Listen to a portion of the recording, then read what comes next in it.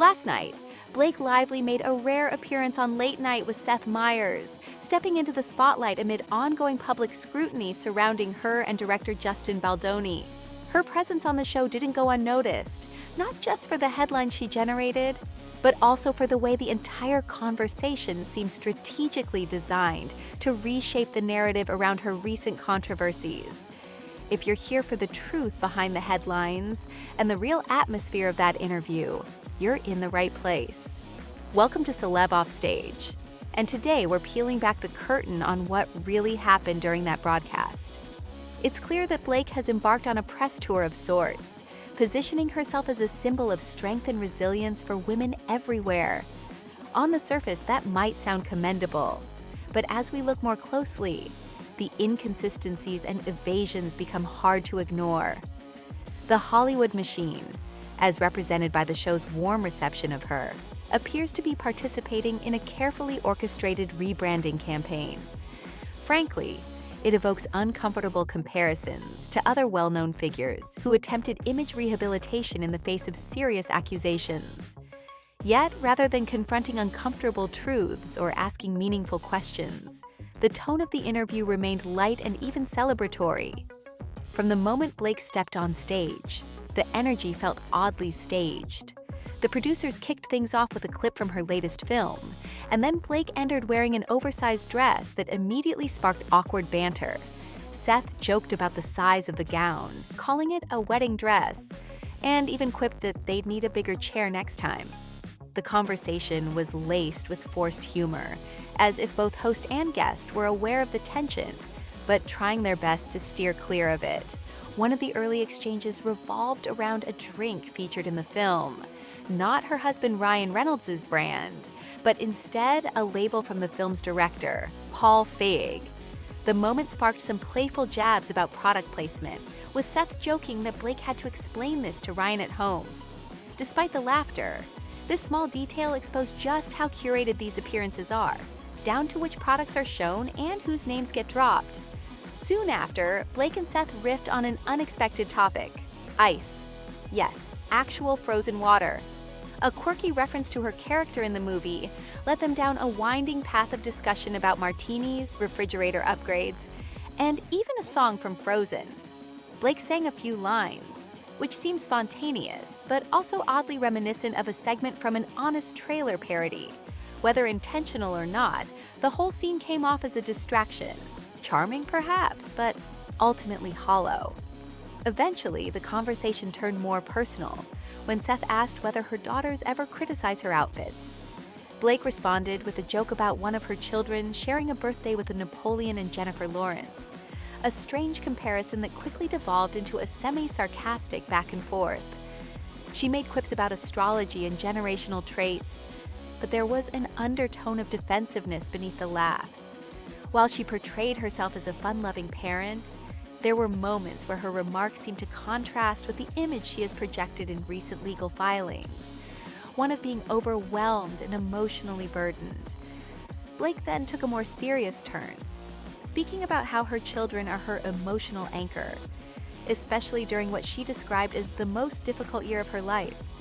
She referred to them as her lifeline, explaining that no matter what she's dealing with, she has to put on a cheerful face and create a joyful environment for them every day, even likening it to a daily trip to Disneyland. On the surface, it's a sentiment many parents might relate to.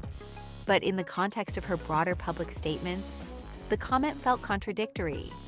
In earlier claims, she's described herself as being so affected by current events that she couldn't leave the house or function normally.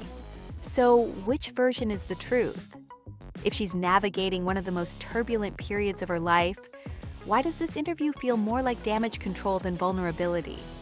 Why is she appearing on national television and participating in lighthearted banter when, not long ago, the narrative suggested she was too emotionally drained to engage with the public? As the discussion approached the heart of the matter, Seth gave her a subtle cue, an invitation to address the controversy. But he also prefaced it with an important disclaimer. He claimed not to be fully informed about the situation. That comment served a dual purpose. On one hand, it let him avoid pressing too deeply. On the other, it offered him plausible deniability, a way to say later that he didn't know enough to challenge her. For someone who frequently covers cultural issues and entertainment scandals in detail, this seemed like an intentional choice rather than an oversight. Blake responded with a carefully measured statement. She acknowledged that this year had brought both extreme highs and deep lows, and she spoke broadly about how fear often prevents people, particularly women, from speaking out. She framed herself as someone fortunate enough to have a voice, and someone determined to use that voice to advocate for a better world. The statement was polished, almost rehearsed, and received polite applause from the audience. But the subtext of her remarks raises critical questions. If she is positioning herself as a voice for others, who exactly is she speaking for? And what is she standing up against? The narrative she offers suggests that she's been silenced. Yet here she is, on a major talk show, given the platform and the last word. There's an irony in claiming to be voiceless while simultaneously leading the conversation in every media outlet. As the segment wrapped up, Blake offered Seth a series of sincere-sounding thank yous, with a tone that felt loaded with subtext. It was as if she was grateful not just for the opportunity to speak, but for the fact that the interview hadn't taken a more critical turn. Viewers familiar with the situation could interpret it as gratitude for avoiding any tough questions, a silent acknowledgement of the mutual understanding between guest and host. And it's not just what was said, it's what was not said. The atmosphere during the rest of the interview, which didn't make it to the widely shared clips, was noticeably tense and at times disinterested. The studio laughter was sparse, the audience reaction lukewarm. The segment lacked the natural warmth or spark, typically seen when a guest truly connects with the room. Even setting aside the ongoing drama, Blake's appearance felt underwhelming, not because of who she is, but because of how much of the conversation was engineered to avoid anything substantive. Seth, for his part, seemed determined to protect both the show's image and Blake's.